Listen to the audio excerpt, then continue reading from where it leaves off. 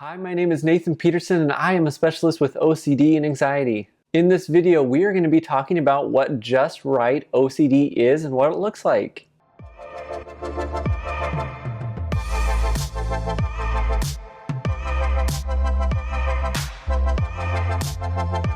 If you haven't already, make sure you are subscribed to my channel. I'm posting videos every single week on different mental health issues, such as OCD, anxiety, hair pulling, skin picking, and so many others. So Just Right OCD. These obsessions are thoughts and feelings that an individual may have of something that is just not quite right, or something that is possibly incomplete. An example may be somebody who just washed their hands and they get this feeling within the side of their body that says, something doesn't feel right about this, so go wash your hands one more time. So they may wash their hand one more time and then their body and their brain and their feelings say, well, you should probably do it again because that didn't feel right.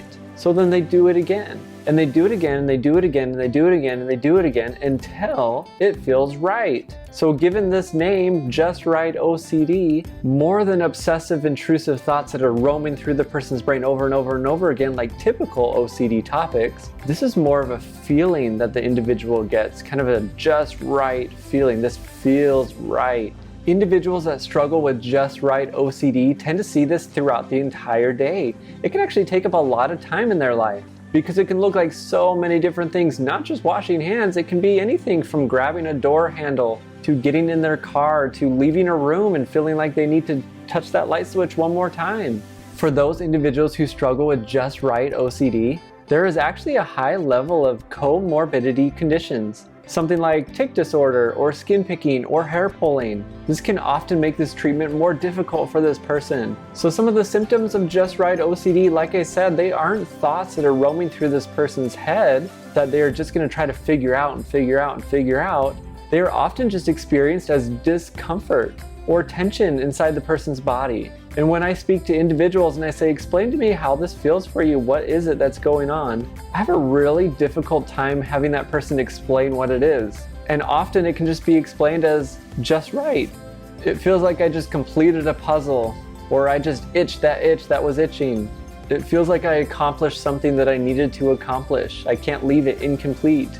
So when it comes to Just Right OCD, there are so many different triggers to this. One of the triggers that I look for is sight. An individual may look around and see certain things that they feel are incomplete that they need to fix, even things that they cannot fix. So if I'm about to do my homework and I look over and my lamp looks like it's moved over a little bit, I'm gonna feel the need to probably grab that lamp and move it around, possibly pick it up, put it back down. But I got triggered by actually seeing something. There may be certain rules that the individual must follow, meaning that their brain came up with an idea that the triangles that are printed on that lamp, one must be facing this way and one must be facing the other way. So they're going to position this until it feels right. And then they can do their homework. So triggered by sight. Another one would be sound. Something doesn't sound right, whether it's piano playing or they're listening to a song. And so they may replay a certain note over and over and over and over. And it actually could be the exact same note sounding the same way until something feels right about it. And I'm not talking about like one or two times. It could be, but sometimes people can get stuck in this kind of mode for hundreds of times. If they're playing an instrument, they may spend a lot of time tuning that instrument. If they're listening to a song, they may actually just go back and listen to that same note over and over and over again. Even though it sounds the exact same, there's a point where possibly it might feel right that, hey, you listened to it 6 times, 7 times, that's the number you need to listen to it, now you feel great. This can be triggered by touch.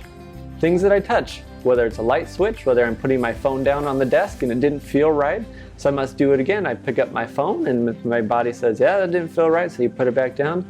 That didn't feel right, so you pick it up. That didn't feel right, so you put it back down. Well, maybe if you put your 3 fingers and your thumb on this side, don't touch it with your pinky, then it will feel right. And an individual could get stuck in this type of behavior over and over and over again. So I find a lot of compulsions people do is just like, don't touch anything. Because if I don't touch it, I don't have to deal with it. Another Just Right symptom would be sometimes the way that people talk. They need to articulate certain words and they need to make sure they said the word the right way with the right articulation, with the right tone of voice even sometimes. So they may repeat certain words until it feels just right.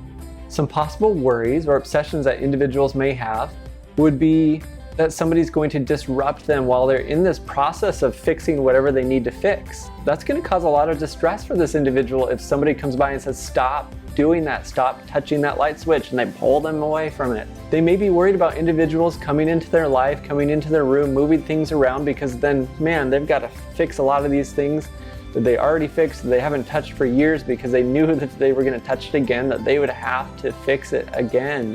Sometimes they worried about being judged by others. There's a lot of anxiety or tension of just being judged. Other people are watching them. I closed my locker a certain way and I have to reopen it and close it again and reopen it and close it again, that people are going to start noticing this. They're also going to be worried sometimes that people are going to notice that they are late. These behaviors can make an individual late on a daily basis because they've got to put their clothes on a certain way and it didn't feel right. So they do it again, they do it again, and they do it again. Or it could be hair, or it could be their eyelashes, whatever it might be that they are working on. They get stuck in these moments and they can't move forward until they complete whatever feels incomplete. They may worry about reading certain books, reading certain words because they read a certain word and it didn't feel right. So they go back and they got to read it again or read the whole sentence. Where they should have been finished with the whole page a long time ago, they're still stuck on a certain word. I've heard many individuals say that they're worried that they're going to get to that one moment where they're going to be stuck forever. That they just touch that one thing that they cannot figure out. They've been stuck for an hour or longer trying to position something a certain way or trying to think about how to fix a problem, and it's just not working. They don't feel okay. And so this panic starts to come that says you're going to be stuck in this forever. What a horrible feeling to have. Individuals can procrastinate doing their homework, doing their chores, doing their piano, whatever it might be, because they don't want to get stuck. A lot of parents think my child is just lazy, when really they're not lazy probably. Just don't want to risk getting stuck. It's such an uncomfortable feeling that they're not able to finish their homework in the first place. Some individuals may really worry about making the wrong decision. That I put on a certain shirt today and I just got to school and my brain said, oh my goodness, are you sure you put the right shirt on today? You should have put that yellow one on. Now you're going to feel uncomfortable all day long because you cannot go back and fix it right now. You're stuck at school for the next 6 hours. Kind of a traumatic moment like that is going to follow them to the next day of like, oh no, do I wear the yellow shirt? Do I wear the red shirt? Do I wear the blue shirt? Because I do not want to make the wrong decision. Just Right OCD interferes with an individual's life if you can't tell already. It can interfere with a child's life. Sometimes these individuals can do these movements so quickly, whether it's like flip that light switch 2 more times. Doesn't seem like that big of a deal, but it adds up over time. And it's actually really difficult for parents, especially, to notice within their own child, because children move around all the time. They're fidgety, they move around, they tap their foot, they do all these random things that parents are like, okay, well, it's just a child. Once they grow up, things will be different. And for somebody who's experiencing this, especially for the first time, even as a child, they don't know sometimes that there's a problem. They think everyone else probably goes through the same thing. And so a lot of times, especially for parents, you look for this in your child if you suspect OCD in any way. Some things to look for when you're trying to figure out if you have just right OCD would be perfectionism, being overly perfect, the need for control or predictability, really tough time making decisions, counting rituals. Every time I leave a room, I need to count to 3, or I need to tap my foot 3 times. So the treatment for Just Right OCD is called exposure and response prevention. We're also using cognitive behavioral therapy. So we're going to take these moments that cause distress in the individual's life that makes them feel like they need to redo whatever it is they're doing. That if I had this little game controller here and I was holding it, my brain said, oh, you can't play it, you got to put that down, you got to do it the right way. So I pick it back up and I do it the right way. That what we might do for an exposure is I'm going to pick it up, I'm going to go like this.